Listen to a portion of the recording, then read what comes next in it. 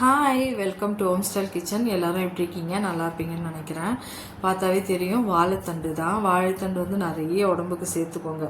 Actually ரொம்ப நல்லது. இதை வந்து இந்த மாதிரி ரவுண்டாக கட் பண்ணிக்கோங்க. தண்டு வந்து ஒரு சிலது வந்து நார் ரொம்ப அதிகமாக இருக்கும், ஒரு சிலதில் நாரே இருக்காது. இதில் கொஞ்சமாக தான் இருந்தது, ஒரு சிலதில் பயங்கரமாக நார் வரும். இந்த மாதிரி ரவுண்டாக கட் பண்ணிவிட்டு கத்திலே நம்ம செய்யலாம். கத்தியில் கட் பண்ண நிறைய பேர் வந்து கத்தியில் வாழைத்தண்டை கட் பண்ணுறது ரொம்ப கஷ்டப்படுவாங்க. பட் அந்த பிஞ்சி தண்டாக பார்த்து நீங்கள் வாங்கினீங்கன்னா ஈஸியாக கட் பண்ணலாம். இந்த மாதிரி ஸ்ட்ரைட்டாக கட் பண்ணிவிட்டு இந்த மாதிரி பொடி பொடியாக கட் பண்ணி தண்ணியில் போட்டுக்கோங்க. தண்ணி ரொம்ப ஒரு தண்டு வந்து பார்த்திங்கன்னா அது ஏதோ சொல்லுவாங்க, பழமரத்தோட தண்டு, காய் மரத்தோட தண்டுன்னு சொல்லிட்டு அது மாதிரி வேரியேஷன்ஸ் அதனால் ஒரு சிலது கருத்து போயிடும், ஒரு சிலது கருக்காது. இந்த தண்டு பார்த்திங்கன்னா கருக்கவே இல்லை, நல்லா வெள்ளையாகவே இருக்குது.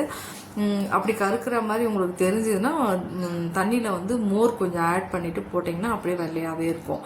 அது மாதிரி போட்டு இந்த மாதிரி பொடி பொடியாக கட் பண்ணிக்கோங்க.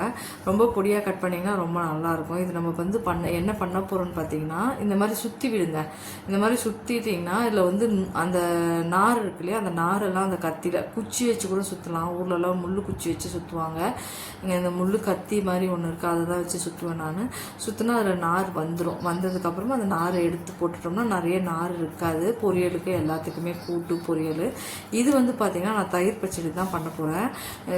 ஆயில் போட்டுக்கோங்க, கடுகு போட்டுக்கோங்க, லைட்டாக சீரகம் போட்டுட்டு நான் பச்சை மிளகா போட்டால் கொஞ்சம் ஃப்ளேவர் நல்லா இருக்குது, அதனால 2 பச்சை மிளகாவை கீரி தான் எண்ணெயில் போட்டிருக்கேன். போட்டுட்டு இந்த தண்டை தூக்கி அதில் போட்டு ஒரு வதக்குங்க. லைட்டாக உப்பு போட்டுட்டு நல்லா வதக்குங்க.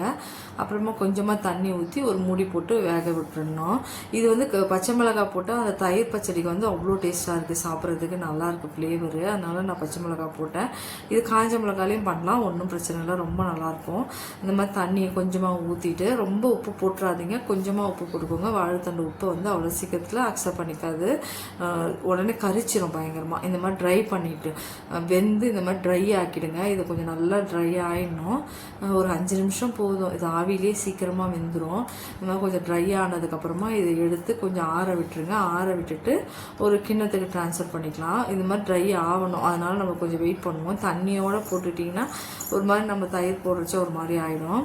இந்த மாதிரி தனியாக ஒரு கிணத்துல எடுத்து ட்ரான்ஸ்ஃபர் பண்ணிவிட்டு அதில் நல்லா கட்டி தயிராக கொஞ்சம் நல்லாவே சேர்த்துக்கோங்க. நிறைய சேர்த்துட்டு நல்லா மிக்ஸ் பண்ணி விட்டுட்டு நல்ல ஒரு காரக்குழம்பு, ரசம் எல்லாத்துக்குமே அவ்வளோ டேஸ்ட்டாக இருக்குது. சாப்பிட்றதுக்கு ரொம்ப நல்லாயிருக்கும். ரொம்ப சிம்பிள் ரெசிபி. என்ன பண்ணுறதுன்னு யோசிக்காமல் ஒரே மாதிரி கூட்டு பொரியல் செஞ்சு சாப்பிடாம இந்த மாதிரி ட்ரை பண்ணி பாருங்கள், உண்மையிலேயே ரொம்ப நல்லாயிருக்கும். அந்த பச்சை மிளகாய் ஃப்ளேவரோட நல்லா தயிரை போட்டு நல்லா ஒரு மிக்ஸ் கொடுத்துட்டு அப்படியே வச்சுட்டா கூட ஒன்றும் ஆக மாட்டேங்குது, நல்லாவே இருக்குது. இது மோஸ்ட்லி வந்து காரக்குழம்பு, ரசம் சாதம் இதுக்கெல்லாம் பயங்கரமாக இருக்குது. வெறும்னே சாப்பிட அவ்வளோ ரொம்ப நல்லா இருக்குது.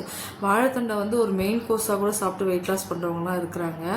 இது ட்ரை பண்ணி பாருங்கள். பிடிச்சிருந்தா லைக் பண்ணுங்கள், ஷேர் பண்ணுங்கள், சப்ஸ்கிரைப் பண்ணுங்கள். உண்மையிலேயே வேறு லெவலில் இருக்கும் டேஸ்ட்டு. நீங்கள் ஒன்ஸ் ட்ரை பண்ணிங்கன்னா விடவே மாட்டீங்க. நிறைய தயிர் சேர்த்துக்கலாம், அதுவும் கட்டி தயிராக இருந்தால் அவ்வளோ டேஸ்ட்டாக இருக்குது சாப்பிட்றதுக்கு. பச்சை மிளகாய் ஃப்ளேவரோடு சாப்பிட்டிங்கன்னா அவ்வளோ டேஸ்ட்டு. ட்ரை பண்ணி பார்த்துட்டு சொல்லுங்கள் கமெண்ட்ஸில். நிறைய பேருக்கு இது செய்வாங்களான்னு தெரியல, அதனால தான் இதை எடுத்து வீடியோவாக போட்டேன். பிடிச்சிருக்கும்னு நினைக்கிறேன். ட்ரை பண்ணுங்கள்.